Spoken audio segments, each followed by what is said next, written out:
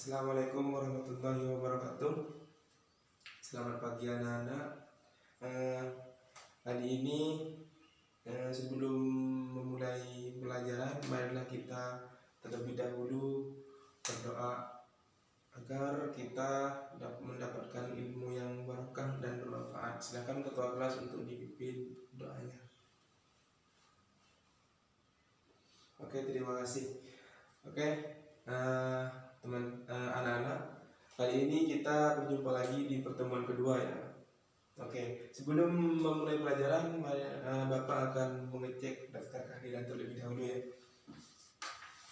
Oke. Baik, alhamdulillah pertemuan kedua tidak ada yang tidak masuk alias masuk semua ya, alhamdulillah. Oke. Di sini Bapak akan meneruskan pelajaran yang kemarin, yaitu tentang apa? Masih ingat pelajaran yang kemarin tentang apa? Tentang, ya betul, teks berita.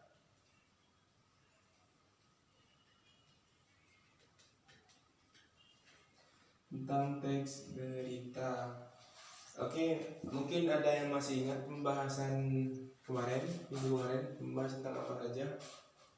Ya betul, pengertian.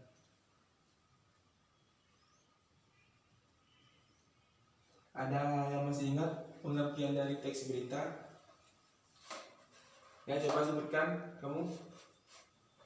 Ya betul, artinya teks berita itu adalah suatu yang berisikan suatu informasi atau peristiwa yang terjadi di dunia yang disiarkan melalui beberapa media sosial seperti itu. Itu pengertian teks berita. Oke. Sebelum Bapak melanjutkan materi yang hari ini, silakan kalian duduk bersama kelompok yang telah Bapak bagikan minggu lalu. Ayo duduk bersama kelompoknya kembali. Oke, sudah ya. Di sini Bapak akan sedikit menjelaskan kelanjutan dari materi yang kemarin, yaitu tentang teks berita. Di sini teks berita ada beberapa kaidah-kaidah kebahasaannya. Kaidah kebahasaan yang pertama di teks berita itu ada bahasa baku.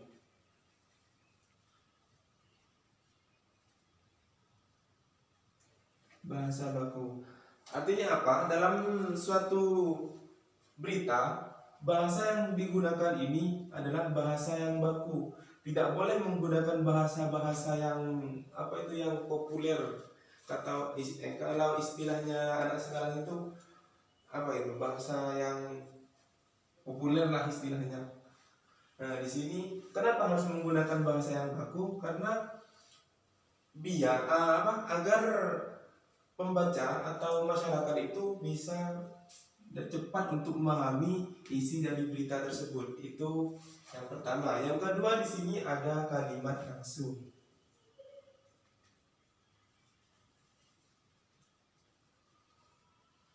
Kalimat langsung. Apa itu kalimat langsung? Biasanya kalimat langsung itu ditandai dengan tanda dua pasang tanda petik. Sepasang ya, bukan dua pasang, sepasang tanda petik. Itu. Contohnya seperti apa? Di sini ya Bapak ada beberapa contoh tentang kalimat langsung ini. Contohnya seperti ini. Masyarakat, wisatawan dan pendaki tidak diperbolehkan mendaki dan beraktivitas dalam radius 2 km dari bawah gunung Slamet, seperti itu. Itu kan berita langsung. Nah, jadi yang Bapak bacakan tadi itu kan berita langsung seperti itu.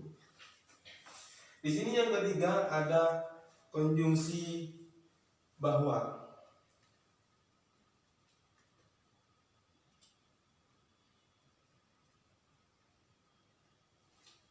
Apa itu konjungsi bahwa? Di sini dijelaskan konjungsi bahwa itu berfungsi sebagai penerang kata yang diikutinya. Contohnya seperti apa? Contohnya itu seperti sejumlah staf Apel Manado mengatakan bahwa kepala Apel Manado sudah pulang, seperti itu. Jadi di sini fungsi konjungsi bahwa ini menguat atau menerangkan kata yang diikutinya. Kata yang diikutinya itu seperti apa? Ya di sini sejumlah staf apel Maradro mengatakan apa? Di sini menjadi penguat bahwa kepala apel Maradro sudah pulang, seperti itu. Itu konjungsi bahwa.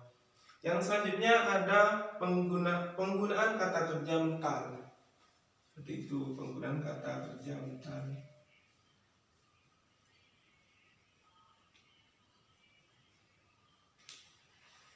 Kata kerja mental. Apa itu kata kerja mental? Yang berkaitan dengan hasil pemikiran. Yang terkait dengan kegiatan hasil pemikiran. Seperti apa contohnya? Antara lain seperti memikirkan, membayangkan, seperti itu. Contohnya itu dalam berita mereka memikirkan solusi untuk keluar dari peristiwa-peristiwa yang memalukan ini. Artinya mereka itu berpikir bagaimana mereka itu keluar dari peristiwa-peristiwa yang memilukan, seperti itu. Yang berapa? 1, 2, 3. Yang keempat ada penggunaan fungsi keterangan waktu. Di sini fungsi keterangan waktu ini sebagai konsekuensi dari perlunya kelengkapan suatu berita yang mencakup unsur-unsur berita. Sebelumnya unsur-unsur berita itu masih ingat kalian ada berapa? Ya betul, unsur-unsur berita itu ada 6 yang bisa disingkat dengan 5W plus 1H, seperti itu. Di sini keterangan waktu ini mencakup unsur kapan dan di mana. Kapan dan di mana. Seperti itu. Keterangan waktu ini mencakup unsur kapan dan di mana. Contohnya seperti ini. Sekitar pukul 12.45 WIB, langit Riau tampak mendung. Gempa dengan kekuatan 5,4 skala Richter menerjang Maluku pagi ini. Nah, di sini kan sudah jelas. Jadi contoh itu keterangan waktu, ada kapan di sini ada menunjukkan jam sekitar pukul 12, dan di mana tempatnya itu di Maluku, seperti itu. Dan yang terakhir dari kaidah-kaidah teks bahasa yang baik itu yaitu penggunaan konjungsi temporal.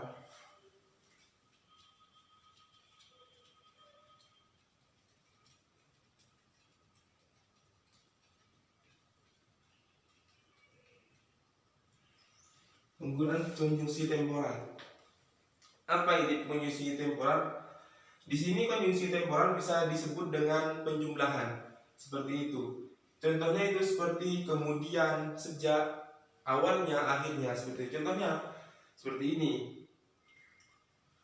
Sekitar pukul 12:45 WIB Sabtu 15/3/2012, langit Riau tampak mendung. Tak lama kemudian hujan yang diharapkan semua masyarakat akhirnya pun turun. Hujan yang turun di siang bolong ini memang tidak terlalu deras. Dari contoh tersebut bisa kalian pahami, yaitu dari penggunaan konjungsi temporal atau penjumlahan itu seperti kata kemudian, sejak, setelah, dan akhirnya, seperti itu. Mungkin dari penjelasan tentang kaidah kebahasaan ini ada yang tidak dimengerti. Sebelum Bapak lanjut kepada struktur teks berita. Tidak ya, tidak ada yang ditanyakan. Berarti Bapak lanjut ke penjelasan selanjutnya. Oke, baiklah anak-anak, kita akan beralih kepada pembahasan selanjutnya, yaitu tentang struktur teks berita.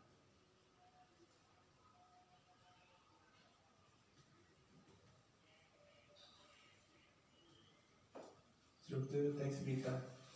Ada berapa sih struktur teks berita itu? Di sini struktur teks berita itu ada 3. Ada 3. Yang pertama yaitu orientasi. Yang kedua ada peristiwa. Dan yang terakhir ada sumber berita. Sumber berita. Orientasi itu apa sih? Orientasi itu berisi tentang berisi tentang pembukaan berita. Itu orientasi. Di sini orientasi berarti berisi tentang pembukaan berita. Yang kedua ada peristiwa. Peristiwa itu berisi tentang proses terjadinya peristiwa. Peristiwa itu proses terjadinya peristiwa, seperti itu. Dan yang terakhir, yang sumber berita ini berisi tentang di mana berita itu berisi tentang dari mana berita tersebut muncul. Di sini sumber berita itu menjelaskan di dalamnya itu dari mana sumber berita itu muncul, seperti itu. Oke, sebelumnya Bapak minta kumpulkan tugas individu yang kemarin Bapak berikan. Silakan kumpulkan ke depan. Oke, sudah ya. Di sini kan materinya sudah selesai, tentang struktur berita sudah, tentang kaidah kebahasaan berita sudah. Di sini Bapak akan membacakan contoh teks berita yang baik dan benar, seperti itu. Mohon disimak dan dipelajari. Nanti ada penugasan lagi. Kronologi tabrakan beruntun truk versus bus di Pantura, Probolinggo. Surabaya, tabrakan beruntun yang melibatkan truk dan bus terjadi di jalur pantai utara atau Pantura, Probolinggo, Jawa Timur, Selasa, tanggal 5 Mei 2020. Akibat kejadian ini, 2 orang tewas dan 9 luka-luka. Korban meninggal yakni Suminto yang merupakan supir truk kontainer diesel meninggal di lokasi kejadian, dan kernet bus Kartamulya bernama Muhammad Yasin yang meninggal di rumah sakit. Peristiwa itu bermula ketika kendaraan truk kontainer berplat nomor S8472UK melaju dari arah barat menuju ke timur dengan kecepatan sedang. Truk itu kemudian dikemudikan oleh Suminto umur 38 dan Agus Santoso umur 42. Saat truk hendak menyalip sebuah truk gandeng berplat nomor BE9176BD yang memuat tetes debu dari arah berlawanan, muncul bus Restu Mulia dengan plat nomor TK7527AZ dengan kecepatan tinggi. Tabrakan pun tak bisa dihindari.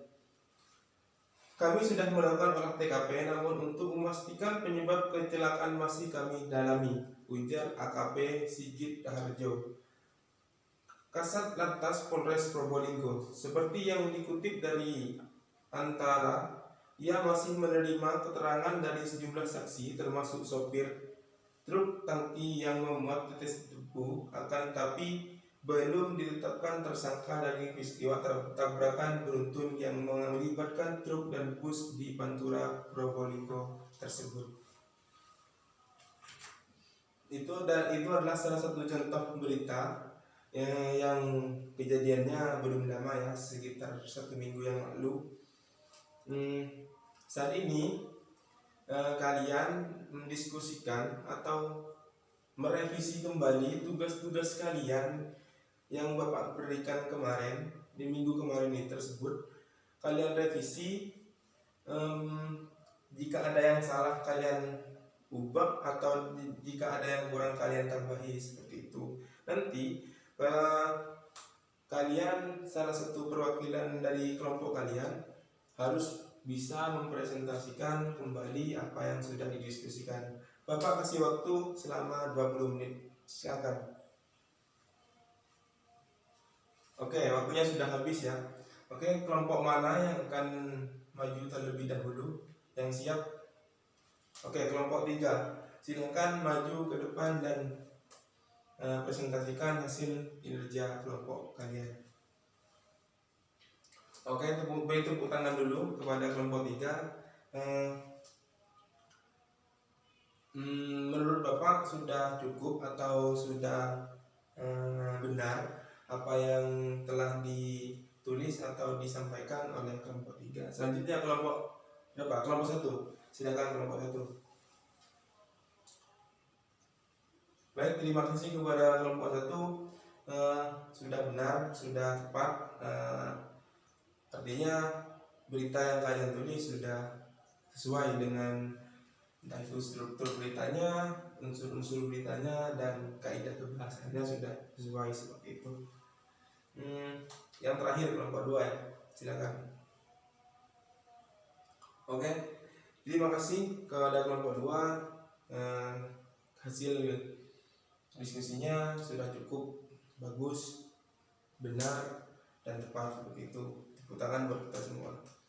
Oke, di sini Bapak akan, sebelum mengakhiri pelajaran pertemuan kali ini, Bapak akan menyimpulkan materi yang sudah dibahas tadi. Yaitu, jadi kaidah-kaidah kebahasaan dari teks berita itu ada 6 yang sudah kalian tulis tadi, sudah dituliskan ya.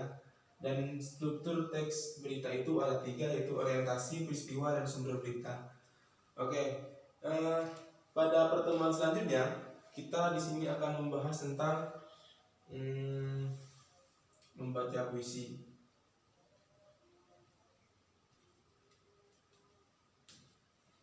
Pertemuan selanjutnya kita akan membahas tentang membaca puisi seperti itu. Oke, cukup sekian pertemuan pada hari ini. Mohon maaf yang sebesar-besarnya apabila ada kata-kata dari Bapak yang salah atau yang kurang berkenan di hati para siswa. Bapak mohon maaf yang sebesar-besarnya. Sebelum kita mengakhiri pelajaran kali ini, marilah kita berdoa terlebih dahulu. Silakan ketua kelas dipimpin. Ya, terima kasih. Oke, Bapak akhiri. Ketemu minggu depan. Wassalamualaikum warahmatullahi wabarakatuh.